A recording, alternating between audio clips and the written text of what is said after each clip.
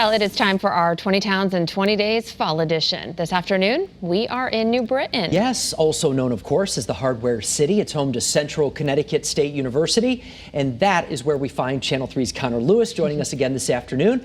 Hey there, Connor. Hey guys, we're having a great time out here in New Britain at Central Connecticut State University. So for 20 Towns in 20 Days, we're here at the university, and this is a great spot to be. New Britain, beautiful campus here, and what's even more beautiful is the weather. So absolutely fantastic day to be hanging out with one of the professors here. So Dr. Chris Larson, you are one of the, you mean the astrophysicist here.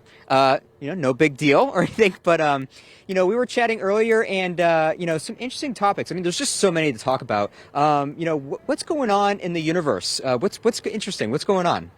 Well, we're very happy that the sun is waking up from its minimum of the sunspot cycle a little early and a little bit stronger. So stay tuned. We might get some displays of the northern lights over the next few months going into the next few years. Holy cow. I mean, are we about as south as you can get and still be able to see, still good chance of seeing the northern lights?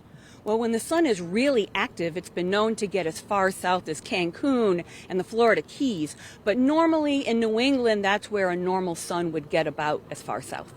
Have you seen the northern lights in Connecticut before? I have. I've actually seen them from the roof of our science building during one of my astronomy classes.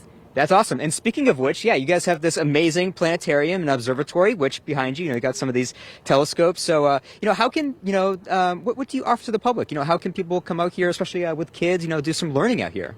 Well, unfortunately, COVID has put a bit of a damper into our public outreach. But as soon as it's safe, they promised me that we'll be bringing the public back on campus for our free public planetarium shows and being able to look at the real night sky through a variety of telescopes.